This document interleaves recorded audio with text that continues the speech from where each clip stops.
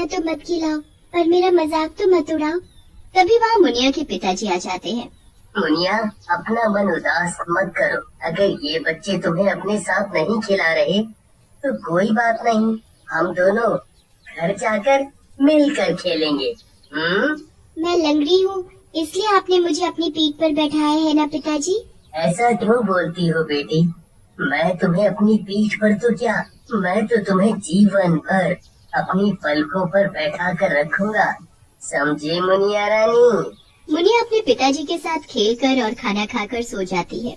मुनिया को सब चिढ़ाते हैं, उसके साथ कोई नहीं खेलता। ये सब मुझसे नहीं देखा जाता। उस बेचारी को कितना बुरा लगता होगा। अगर मेरी बात मानो तो मुनिया का दाखिला उस नदी के पार बने सरकारी स्कूल में कर दो। स्कूल जाएगी तो वो खुश रहेगी। तुम सही बोल रही हो सीमा। मैं कल सुबह ही मुनिया का दाखिला स्कूल में करा आता हूँ। सुबह होते ही देवेंद्र मुनिया का दाखिला स्कूल में करा आता है। मुनिया भी बहुत खुश होकर स्कूल जाती है, पर वहाँ भी उसे सभी बच्चे लंगड़ी लंगड़ी बोलकर चिढ़ाते थे। उसके साथ कोई नहीं खेलता था। एक दिन मुनिया पेड़ के नीचे अकेली बैठी थी। तभी उसके पास स्कूल के कुछ बच्चे आते हैं उसे परेशान करने। बेचारी, देखो ना, कोई तुम्हारे साथ खेलता ही नहीं। पर तुम फिक्र मत करो, मैं तुम्हारे साथ खेलूंगा। क्या तुम मेरे साथ खेलना पसंद करोगी? हाँ, क्यों नहीं। मैं तुम्हारे साथ और इन सबके साथ मिलकर खेलना चाहती हूँ। चलो सब मिलकर खेलते हैं। जैसे ही मुनिया खड़े होने के लिए अपनी बैसाखी उठाती है, बिरजू फौरन उसकी बैसाखी अपने हाथ में पकड़ लेता है और उसे लेकर भागने लगता है। तुम्हारी बैसाखी अब मेरे हाथ में है, मुझे पकड़ो। अगर तुमने मुझे पकड़ लिया तो तुम जीत जाओगी, और नहीं पकड़ पाई तो मैं तुम्हारी ये बैसाखी उस नदी में फेंक दूंगा।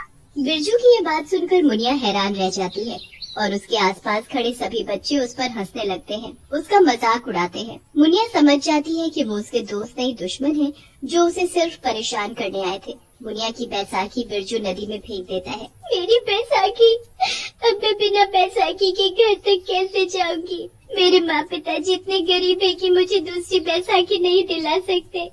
मुझे नदी से अपनी बैसाखी वापस लानी होगी। मुनिया नदी में घुस जाती है और नदी के पानी में डूबने लगती है। बचाओ, बचाओ, बचाओ, कोई बचाओ मुझे। आसपास खड़े सभी बच्चे उस पर हंस रहे थे। उसे बचाने के लिए कोई भी आगे नहीं बढ़ा। आखिर मुनिया नदी के पानी में डूब जाती है और मर जाती है।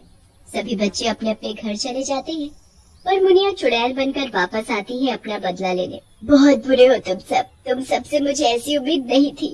मेरे साथ झूठा खेल खेला और मुझे मार डाला। अरे मेरा क्या कसूर था? मैं गरीब लड़की थी ये, या मैं एक पैर से लंगड़ी थी ये? मरने से पहले भी मैं लंगड़ी थी और मरने के बाद भी लंगड़ी ही हूँ। पर तुम सब फिक्र मत करो, मैं आ रही हूँ बदला लेने तुम सबसे। सौरभ अपने घर में आराम से खाना खा रहा होता है। तभी दरवाजे पर खटखट होती है। सौरभ फौरन उठकर जाता है दरवाजा खोलने। इतनी रात को कौन आया होगा? कौन है? अरे यहाँ तो कोई नहीं है, फिर दरवाजा किसने खटखटाया?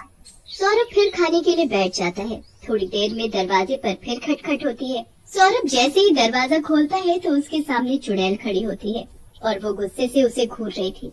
सौरभ चिल्लाता उससे पहले ही चुड़ैल अपने हाथ से उसे धक्का दे देती है और उसका एक पैर पकड़कर उसे खींचती हुई नदी के पास ले जाती है। मेरा पैर! ओ चुड़ैल, तूने मेरा पैर तोड़ दिया।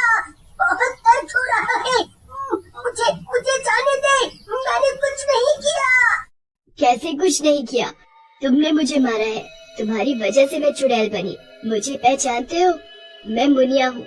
देखो, मैं अभी भी एक पैर पर खड़ी हूँ। तुम सबने मुझे इस पानी में डुबाकर मार डाला था। मेरी बैसाखी तुमने इस पानी में फेंकी थी ना? अब मैं तुम्हारे साथ एक खेल खेलूंगी। मैं तुम्हें इस पानी में धक्का दूंगी। अगर तुम पानी से बाहर आ गए तो जीत जाओगे, और नहीं आ पाए तो समझो हार गए। चुड़ैल सौरभ को नदी में धक्का दे देती है। सौरभ नदी में डूब जाता है और मर जाता है। जब सुबह लोगों को नदी किनारे उसकी लाश दिखती है तो उसकी माँ पिताजी को जाकर बता देती है। अपने बेटे को मरा देख वो बहुत रोते हैं। चुड़ैल दूर खड़ी चुपके से सब देख रही थी। अरे मैं तो भूल ही गई कि मेरे माँ पिताजी भी तो मुझे ढूंढ रहे होंगे। मुझे चलकर देखना होगा। चुड़ैल अपने घर के पीछे बनी खिड़की से झांक कर देखती है तो उसके माँ पिताजी बैठकर रो रहे होते हैं। पूरा गांव छान मारा पर मुनिया कहीं नहीं मिली। स्कूल में जाकर देखा, वहाँ भी किसी को कुछ नहीं पता। आखिर मुनिया कहाँ जा सकती है, कहाँ जा सकती है? मैंने ही बोला था आपको उसे स्कूल भेजने के लिए। सब मेरी ही गलती है। मुझे उसे स्कूल जाने ही नहीं देना था। न वो स्कूल जाती, न वो हमसे दूर होती। बेचारी ऐसी हालत में कहाँ होगी। हे भगवान, मेरी बच्ची को घर भेज दे। इसका मतलब इन्हें नहीं पता कि मैं मर चुकी हूँ। वो मेरे घर आने की राह देख रहे हैं, पर अब मैं कभी नहीं आ सकती तुम दोनों के पास, क्योंकि मैं मर चुकी हूँ। और ये सच्चाई तुम दोनों को बहुत जल्द पता लग जाएगी। तभी उसकी नजर दूर खेल रहे पिंटू पर जाती है। चुड़ैल गुस्से में उसके पास जाती है और उसकी टांग पकड़कर उसे खींचती हुई नदी पर ले आती है। मेरे पैरों की तरफ देखो, एक ही पैर है। मरने से पहले बिना बैसाखी के सहारे नहीं चल सकती थी, पर मरने के बाद मेरे एक ही पैर में 10 पैर जितनी ताकत आ गई है। अभी देखा ना मैं तुम्हें कैसे खींच कर लाई यहाँ। अगर तुम भी इतनी ताकत चाहते हो तो तुम्हें मरना होगा मेरी तरह। चुड़ैल तुरंत पिंटू को पानी में धक्का दे देती है। पिंटू पानी में डूब जाता है और मर जाता है। मुनिया रोज एक बच्चे की टांग तोड़ती और उसे घसीटती हुई नदी पर ले जाती और उसे डुबाकर मार डालती। ये सब क्या हो रहा है? गाँव के बच्चे नदी में कूदकर अपनी जान क्यों दे रहे हैं? मुझे तो लगता है वो खुद नहीं मरते, उन्हें कोई मारता होगा। जरूर हमारे गांव में खूनी है जो हमारे बच्चों को मार रहा है। समझे? हमें उसे ढूंढना होगा। यहाँ गांव के सभी लोग पहरेदारी पर लग जाते हैं और कुछ लोग नदी पर भी पहरेदारी करते हैं। वहाँ चुड़ैल बिरजू के घर में पहुँच चुकी थी। बिरजू सोया हुआ था। मेरी जिंदगी खराब करके तू चैन की नींद कैसे सो सकता है? मैं तेरा चैन सुख सब छीन लूंगी। तूने मेरी बैसाखी जानबूझकर नदी में डाली थी ना, अब तेरी बारी है डूबने की। उठ उठ बिरजू उठ, देख कौन आया है। बिरजू नींद में चुड़ैल को देख नहीं पाता और दोबारा सो जाता है। ये ऐसे नहीं मानेगा, इसे अभी बताती हूँ। चुड़ैल एक डंडा उठाती है और जोर से उसके एक पैर पर मारती है। बिरजू फौरन उठ जाता है और जोर जोर से चिल्लाने लगता है। चुड़ैल उसकी टूटी टांग पकड़कर उसे खींचती हुई नदी पर ले जाती है, पर नदी पर पहरा दे रहे कुछ लोग चुड़ैल को देख लेते हैं और शोर मचाकर पूरे गांव को बुला लेते हैं। अच्छा, तो ये सब तुम कर रही हो?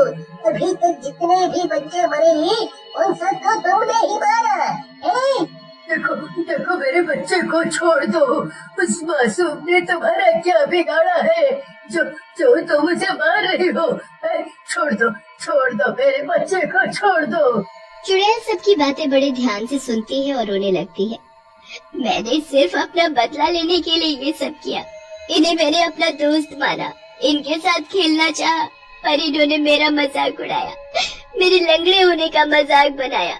तभी चुड़ैल बिरजू को पानी में फेंक देती है और जोर जोर से हंसने लगती है, पर उसे बचाने के लिए एक महावीर नदी में कूद जाता है। बिरजू को तो वो खींचकर पानी से बाहर ले आता है, पर उसकी नजर नदी के अंदर पड़ी मुनिया की लाश पर जाती है और वो उसे भी नदी के बाहर खींच कर ले आता है। हैरान होने की जरूरत नहीं है, ये मैं ही हूँ। इन सभी बच्चों की वजह से मेरी ये हालत हुई है। अगर मैं नदी में पड़े पत्थरों के बीच नहीं फंसती तो शायद बच जाती। माला और देवेंद्र भागते हुए आते हैं और चुड़ैल को अपने सीने से लगा लेते हैं। उन दोनों को अब यकीन हो जाता है कि उनकी मुनिया अब इस दुनिया में नहीं है।